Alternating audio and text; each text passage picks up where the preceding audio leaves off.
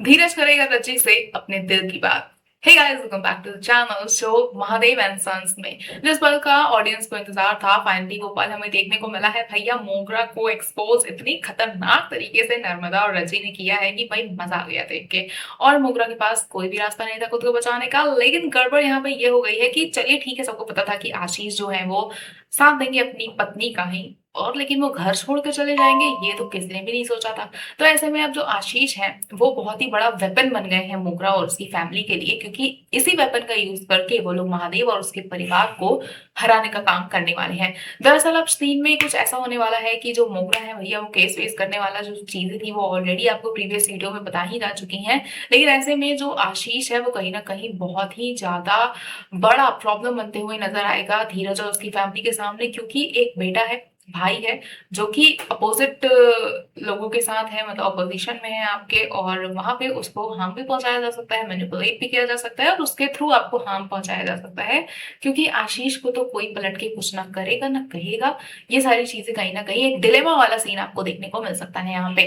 वहीं अगर हम बात करें धीरज की, तो वो काफी ज्यादा इमोशनल है। दूसरी तरफ नर्मदा काफी ज्यादा इमोशनल है, और धीरज ये लगातार कहते हुए नजर आ रहा है कि धीरज भैया ऐसे बिल्कुल भी नहीं है, और पता नहीं क्यों वो गलत का साथ दे रहे हैं। वो पापा के सबसे अच्छे बेटे हैं, सबसे होनहार और सबसे समझदार, और वो हम लोग का बहुत मतलब बचपन में साथ दिए। तो ये सारी नॉस्टैल्जिक चीजों को यूज करके काफी ज्यादा वो इमोशनल हो रहा है। तो यहाँ पे हम देखेंगे कि किस तरह से जो रजी हैं वो धीरज को सहारा देते हुए नजर आएंगे, उसको कंसोल करते हुए नजर आएंगे। On the other hand we will see कि नर्मदा काफी ज्यादा परेशान है अपने बच्चे को लेकर, शी इज मिसिंग हिम। वहीं दूसरी तरफ जब केतन आता है तो वो उसको संभालते हुए नजर आता है और कहता है कि इन सारी चीजों में जो आशीष है वो काफी ज्यादा गलत डायरेक्शन में चले गए हैं और हमें भैया को वापस लाना ही होगा। घर का बड़ा बेटा, मतलब महादेव के तीनों बेटे नालायक हैं, ये बात सबको पता है, स्टार्टिंग से पता है। लेकिन आशीष, जिसको महादेव ने सबसे ऊपर चढ़ा के रखा हुआ है कि हमारा ये सबसे अच्छा, सबसे होनहार, सबसे समझदार लड़का है, वो उतना ही बेवकूफ। मतलब केतन और धीरज तो फिर भी थोड़ा बहुत दिमाग है उन लोगों के पास, लेकिन आशीष एकदम ही बैल है।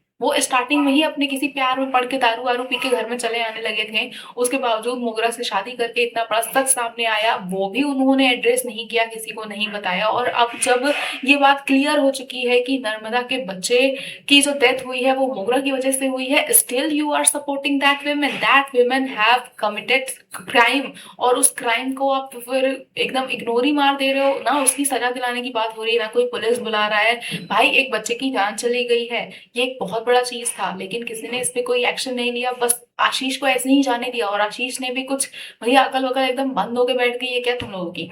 कुछ समझ में नहीं आया था फिलहाल ये सीन। लेकिन वहीं दूसरी तरफ बात करें तो यश और विश्वा काफी ज्यादा खुश हैं। यश और विश्वा तो भैया प्लान कर रहे हैं कि आगे और कैसे इन लोगों को परेशान किया जा सकता है। फिलहाल वो लोग लेकिन जो ढोलक बजा रहे होते हैं उस ढोलक को फाड़ के चली जाती है नर्मदा और रजी, और काफी ज्यादा सेटिस्फाइंग सीन वो होने वाला है। जो चेहरा बन जाएगा ना यश और विश्वा का, जब ढोलक को ही फाड़ दिया जाएगा, तो काफी ज्यादा मजेदार वो सीन आप लोगों को देखने को मिलने वाला है। फिलहाल आप लोग बता दें, लेकिन ये कुछ अच्छे सीन्स हमें धीरज और रची के सामने, वी आर होपिंग कि कुछ पॉजिटिव और अच्छे सीन्स देखने को मिले अभी। हाँ ठीक है, सीन्स अच्छे हैं, धीरज इज सपोर्टिंग रची, और जिस तरह से they were hugging each other and holding each other's hand, वो काफी अच्छे मोमेंट्स हैं।